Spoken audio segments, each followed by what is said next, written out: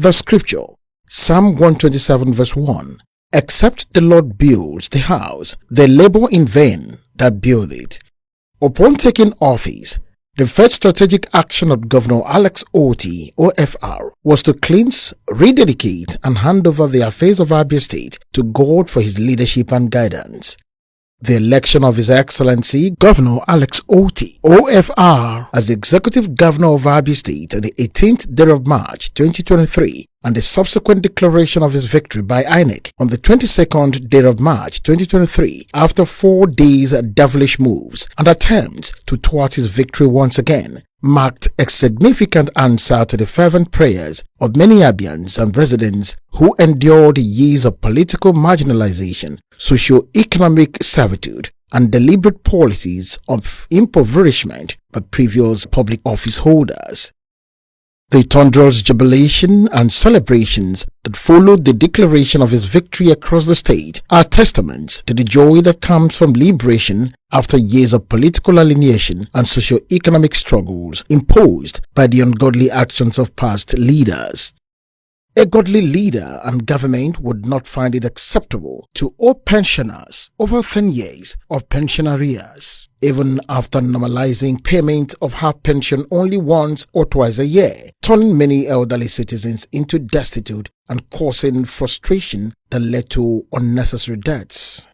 Furthermore, no God-fearing leader and government would allow civil servants and public servants in institutions like the Abia State University Teaching Hospital, ABSUT, Abia State University, ABSU, Dr. Ogbunneonu Polytechnic, formerly Abia Poly, Abia State College of Education Technical, Arochukwu, etc., and the Health Management Board, HMB, to go for 22, 15, and 33 or even over 36 months without salaries.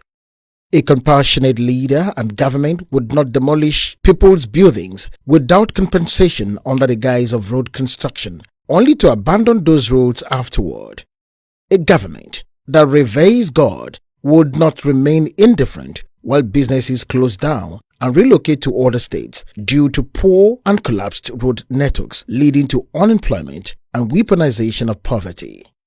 As the saying goes, cleanliness is next to godliness.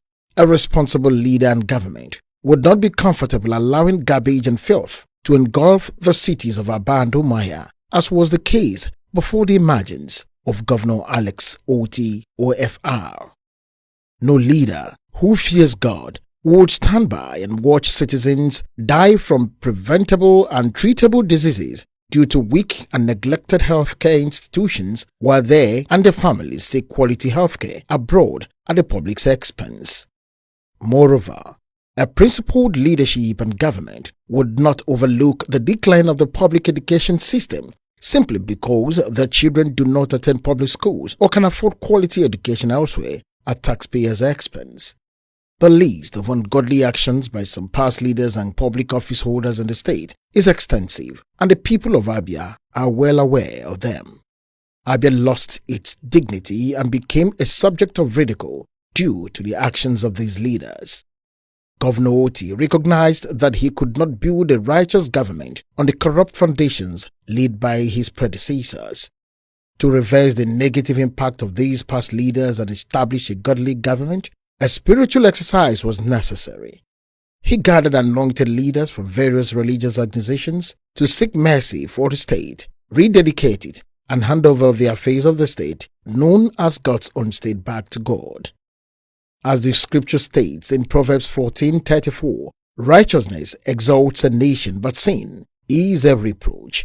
The Abia State government under Governor Otti's leadership is committed to promoting righteousness and doing what is right, with the understanding that no one is perfect and all may make mistakes. Abia State has been on the global map for the right reasons in the last 24 months, to the glory of God.